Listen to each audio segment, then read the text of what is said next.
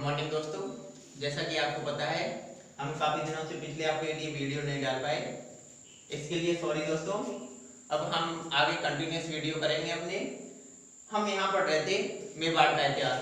मेवाड़ के इतिहास के अंतर्गत हम अभी तक चर्चा कर चुके हैं दोस्तों आपके गोहिल वंश की।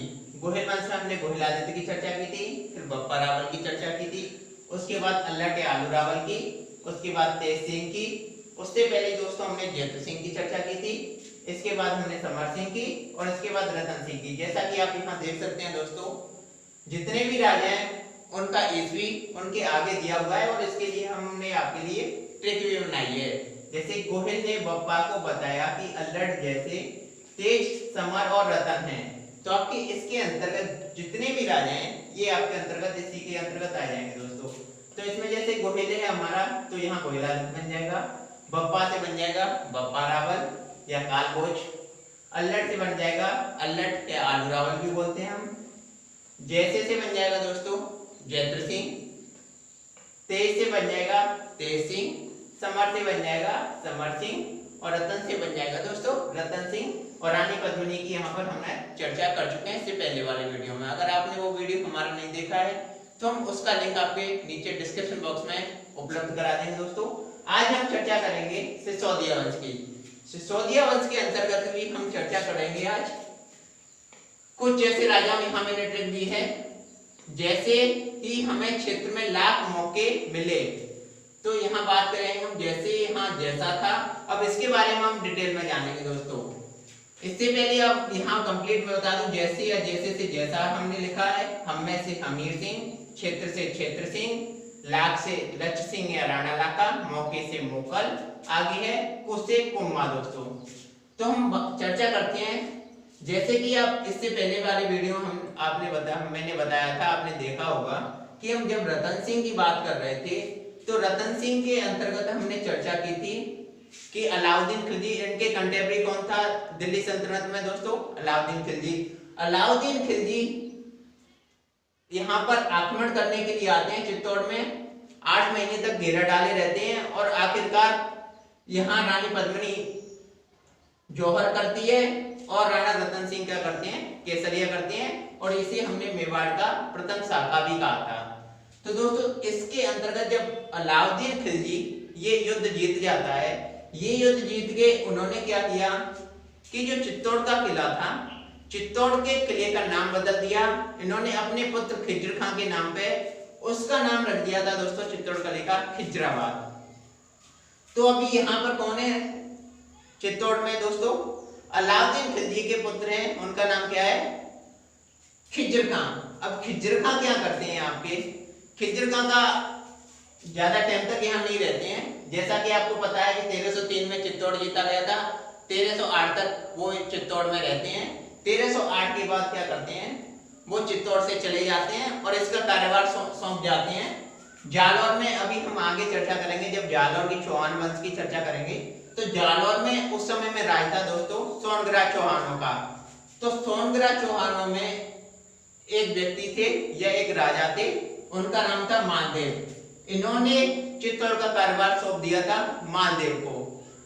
अब हम आगे बात करेंगे, जैसा कि रणकपुर आप यहाँ देख सकती हो, रणकपुर या पाली शिलालेख में लिखा हुआ है कि महाराणा हमीर ने बनवीर को हरा के, और बनवीर को वहां पर क्या दिखाया हुआ है? मालदेव का पुत्र। ये मालदेव वही हैं जो जालौर के सोनग्राह चौहान थे, जिनके लिए कार्यभार किसने सौंप दिया था? आपका खिज्र खां ने, जो अलाउद्दीन खिलजी के पुत्र थे। खिज्र खां ने मालदेव, जिन्हें मूछला मालदेव भी कहते हैं, इनके लिए चित्तौड़ का कार्यभार सौंप दिया। ये किसमें लिखा हुआ है कि बनवीर को हरा के हमीर सिंह ने चित्तौड़ पर अपना अधिकार कर लिया। ये किसमें लिखा हुआ है दोस्तों? आपका पाली शिलालेख में। लेकिन आपको पता है जीएच ओझा जी, जो कि प्रसिद्ध इतिहासकार है राजस्थान के संदर्भ में, उनका कहना है कि उस समय में जैसा या जयसिंह वहां पर राज कर रहे थे, हमीर सिंह ने इनको हरा के वहां पर सिसोदिया वंश की स्थापना की थी। तो दोस्तों दोनों के मत अलग अलग है इसमें। गौरीशंकर हीराचंद ओझा जी का मत अलग है इसमें, और दूसरा मत है आपका मानदेव या बनवीर के अनुसार, जहां पर बनवीर थे मानदेव का मत है, जिसमें कि कैसा है आपके पाली शिलालेख में ये सारी चीजें लिखी हुई हैं। अब हम आगे चर्चा करेंगे दोस्तों हमीर सिंह की। हमीर सिंह के बाद हम आगे जाएंगे क्षेत्र सिंह, और फिर लक्ष्य सिंह या लाका पर जाएंगे, उसके बाद मौकल या कुंभा की बात करेंगे। तो दोस्तों यहाँ पर अब क्या बात करते हैं हम, हमीर सिंह ने अपना शासन स्थापित कर लिया।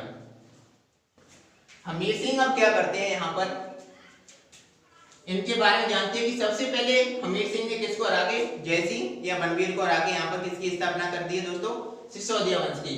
तो सिसोदिया वंश, इससे पहले कौन सा था आपने पढ़ा था, गोहिल वंश। तो सिसोदिया वंश की स्थापना को अब कब से मानेंगे, 1326 से, यानी 1326 से हमीर सिंह यहाँ आते हैं। उसी समय में क्या करते हैं कि इन्होंने सिसोदिया वंश की यहाँ पर स्थापना कर देती है। हालांकि जैसा के अनुसार देखते हैं, जैसा किस पे राज कर रहे थे, वहां पर एक सिसोदा गांव था, सिसोदा गांव में क्या कर रहे थे, ये राज कर रहे थे। इन्हीं को हरा के हमीर सिंह ने यहाँ पर सिसोदिया वंश की स्थापना की थी। तो ये क्वेश्चन दोस्तों टीचर की परीक्षा में पूछा भी जा चुका है कि सिसोदिया वंश के संस्थापक कौन है, तो आप आंसर क्या होगा, हमीर सिंह है। तो हम यहाँ जानते हैं कि सिसोदिया वंश किसने स्थापना कर दी थी, हमीर सिंह ने। अब यहाँ से आगे हम सिसोदिया वंश का वंशक्रम देखेंगे। अब हम आगे जानते हैं इनकी लड़ाइयों के बारे में जानते हैं। हमीर सिंह की सबसे प्रसिद्ध लड़ाई थी, वो थी सिंगोली की लड़ाई। सिंगोली के युद्ध में, ये युद्ध किससे होता है दोस्तों, ये युद्ध होता है मोहम्मद बिन तुगलक। अब यहाँ पर कौन है, आपको कैसे मैंने पहले भी बताया है कि जब भी आप राजस्थान का इतिहास पढ़ रहे हैं दोस्तों, तो राजस्थान के इतिहास के साथ ही कंटेम्प्रेरी आप क्या करेंगे, भारत के राजाओं को भी जानेंगे। अगर कंटेम्प्रेरी, क्योंकि भारत के राजाओं के साथ राजपूतों का संघर्ष चलता रहा, या फिर आगे जैसे मुगल काल में जानेंगे तो उनमें मैत्री भाव उत्पन्न हुआ, मैत्री भाव से। लेकिन यहाँ किसकी बात करते हैं हम, मोहम्मद बिन तुगलक की।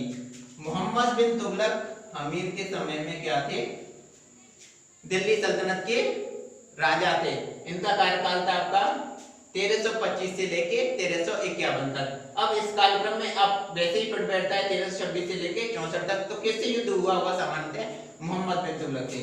तो दोस्तों इस युद्ध में क्या होता है, हमीर सिंह की जीत होती है। तो इनकी युद्ध में विशेष क्या याद रखना है, आपका सिंगोली का युद्ध रखना है। अब कुछ चीजें हैं, जैसे इनको उपाधियां कौन कौन सी दी गई थी, जैसे कि कीर्ति स्तंभ। आप कुम्मा में बात करेंगे तो हमने कीर्ति स्तंभ की रचना की थी। इनको क्या बताया है, विषम घाटी पंचानन, यानी विषम घाटी, बहुत भिन्न भिन्न घाटियां होती हैं आपकी, तो बहुत दुर्गम होती हैं, उनको जीतने वाले कौन थे, आपके हमीर सिंह थे। तो इन्हें क्या कहा गया है दोस्तों, कीर्ति स्तंभ में कहा गया है विषम घाटी पंचानन। और गीत गोविंद की टीका है आपकी, जो कि गोविंद आपके किसने लिखी थी, माणा कुम्मा ने। जब हम आगे कुम्मा की चर्चा करेंगे तब कहेंगे, उसमें इन्हें वीर राजा की उपाधि दी गई है। क्या नाम बताया गया है दोस्तों, वीर राजा। तो ये रहा इस प्रकार से हमारा हमीर सिंह का उपलब्धियां या हमीर सिंह की विशेषताएं। अब हम आगे बढ़ते हैं इनके कार्यकाल से। तो हम आगे जानते हैं दोस्तों क्षेत्र सिंह के कार्यकाल में कोई विशेष युद्ध नहीं हुआ, कोई विशेष ज्यादा उपलब्धि नहीं है, इसीलिए हम इसके बारे में कम चर्चा करेंगे। यानी बस इनके कार्यक्रम, ये हमें क्यों जानना जरूरी है दोस्तों, ये दोनों के बीच की कड़ी है। यानी 1364 में हमीर सिंह मृत्यु हो जाती है, उसके बाद उनके पुत्र हैं 1364 से 82 के बीच, ये वहां के राजा बनते हैं, जिनका नाम क्या है, महाराणा क्षेत्र सिंह। अब हम आगे चर्चा करते हैं दोस्तों राणा लाखा की।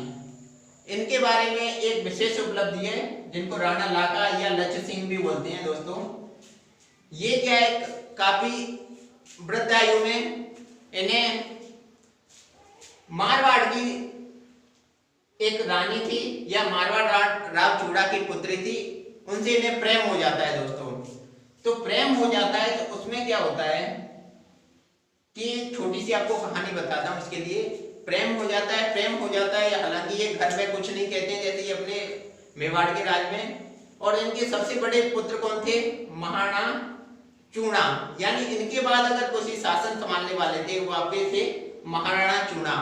लेकिन जब इन्होंने प्रेम प्रसंग हो जाता है तो महाराणा चूड़ा इनसे पूछते हैं कि पिताजी आपको क्या हुआ, तो तब फिर पिताजी अपना वृतांत बताते हैं कि ऐसे ऐसे मारवाड़ में एक कन्या है, उनसे मुझे प्रेम हो गया है। तो ये क्या करते हैं दोस्तों, महाराणा चूड़ा जो कि किनके पुत्र हैं, आपके राणा लाखा के पुत्र हैं, बड़े पुत्र, ये जाती हैं कहां पर जाते हैं, मारवाड़ में जाते हैं। मारवाड़ में उस समय किसका शासन था दोस्तों, रावचूड़ा का। रावचूड़ा से ये बात करते हैं, रावचूड़ा से कौन बात करते हैं, राणा चूड़ा। ये कहते हैं कि आप अपनी पुत्री की शादी हमारे पिताजी से करा दीजिए। तो ये कहते हैं ठीक है, मैं शादी करा दूंगी या करा दूंगा, लेकिन हमारी पुत्री जिनका नाम था हंसाबाई, इनसे जो पुत्र होगा वही पुत्र कौन बनेगा, मेवाड़ का राजा बनेगा। तो दोस्तों इससे बड़ी दुविधा उत्पन्न हो जाती है, क्योंकि सबसे बड़े पुत्र आपके कौन थे, राणा चूड़ा। इसी समय में राणा चूड़ा कहते हैं ठीक है, आप अपनी पुत्री का विवाह कराइए। तो इनकी मारवाड़ के रावचूड़ा की पुत्री कौन थी, हंसाबाई। हंसाबाई की शादी किससे होती है दोस्तों, राणा लाखा से शादी हो जाती है। राणा लाखा से शादी हो जाती है। तो हंसाबाई के साथ ही यहाँ आप मेवाड़ में आ जाते हैं। हंसाबाई के साथ ही इनके भाई थे रणमल राठौड़। जैसा कि हम आगे जानेंगे, मारवाड़ में राठौड़ वंश ही प्रमुख था। तो ये राठौड़ वंश, रणमल राठौड़ इनके साथ आते हैं हंसाबाई के। अब आगे चल के यही समय जब सशर्त शादी होती है, तो रावचूड़ा कहाँ की, मेवाड़ के। दोस्तों इसमें आप कंफ्यूजन मत करना, ये मारवाड़ के रावचूड़ा हैं और राणा चूड़ा किसके पुत्र हैं, राणा लाखा या लक्ष्य सिंह के बड़े पुत्र हैं। तो राणा लाखा यहाँ कहते हैं कि मैं आजीवन शादी ही नहीं करूंगा, क्योंकि इनके पुत्र, अगर इनसे कोई पुत्र होगा तो वो राजा बनेगा, इसीलिए इन्होंने कहा था कि मैं कभी शादी नहीं करूंगा। और ये सशक्त ये शादी हो गई हंसाबाई के साथ ही। तो तभी राणा लाखा को क्या कहा गया था, राणा चूड़ा। ये कहां के थे, मेवाड़ के। इन्हें कहा गया था मेवाड़ का भीष्म पितामह।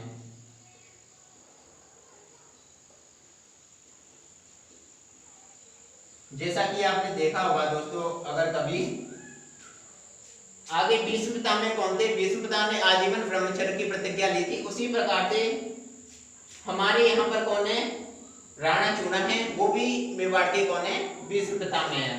अब इनके पुत्र होता है दोस्तों, उस पुत्र का नाम होता है महाराणा मोकल।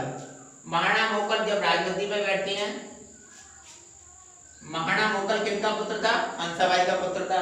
अब ये क्या करते हैं, हंसाबाई इस समय में रणमल राठौड़ क्या करते हैं, रणमल राठौड़ ने क्या किया कि मेवाड़ की जो भी प्रशासनिक था, प्रशासन में अपना हस्तक्षेप करना बहुत ज्यादा शुरू कर दिया था, बहुत ज्यादा ही हस्तक्षेप करने लगे थे।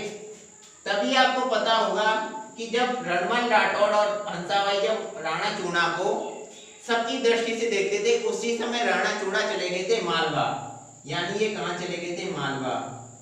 लेकिन जब इन्हें पता पड़ा हंसाबाई को कि रणमल राठौड़ काफी उग्र हो गए हैं और उनका मेवाड़ के प्रशासन में काफी समस्या उत्पन्न करने लगे हैं, तो हंसाबाई ने किसको, मालवा से किसको बुलाया था, आपका राणा चूड़ा को वापस बुला लिया था। राणा चूड़ा को जब वापस बुला लिया था, तो इन्होंने क्या किया था दोस्तों, तब रणमल राठौड़ का प्रशासन में हस्तक्षेप कम किया। और उसके बाद लेकिन कुछ समय बाद ही क्या हुआ था, महाराणा मोकल की जो भी इनके चाचा और मेरा ने मेहपा पवार एक व्यक्ति था, उनके कहने पर इनकी हत्या करवा दी। इनकी हत्या करवा दी तो इनके आगे पुत्र थे, वो महाराणा कुम्भा थे। महाराणा कुम्भा का इतिहास काफी वृहद है। महाराणा कुम्भा अल्पायु में भी वहां के क्या बनते हैं, मेवाड़ के राजा बन जाते हैं। मेवाड़ के राजा बन जाते हैं और इनका संरक्षक कौन बनता है दोस्तों, राणा चूड़ा को हंसाबाई इनका संरक्षक नियुक्त करती है और ये अपना प्रशासन चलाना शुरू करते हैं। अब हम राणा कुम्भा के बारे में, क्योंकि राणा कुम्भा का इतिहास काफी बड़ा है, इनका सांस्कृतिक या फिर स्थापत्य कला में काफी योगदान है, तो इनके बारे में हम आगे डिटेल में जानेंगे दोस्तों। इस वीडियो में केवल इतना ही दोस्तों। धन्यवाद। आप हमसे जुड़ने के लिए हमारे चैनल को सब्सक्राइब कर सकते हैं दोस्तों। धन्यवाद।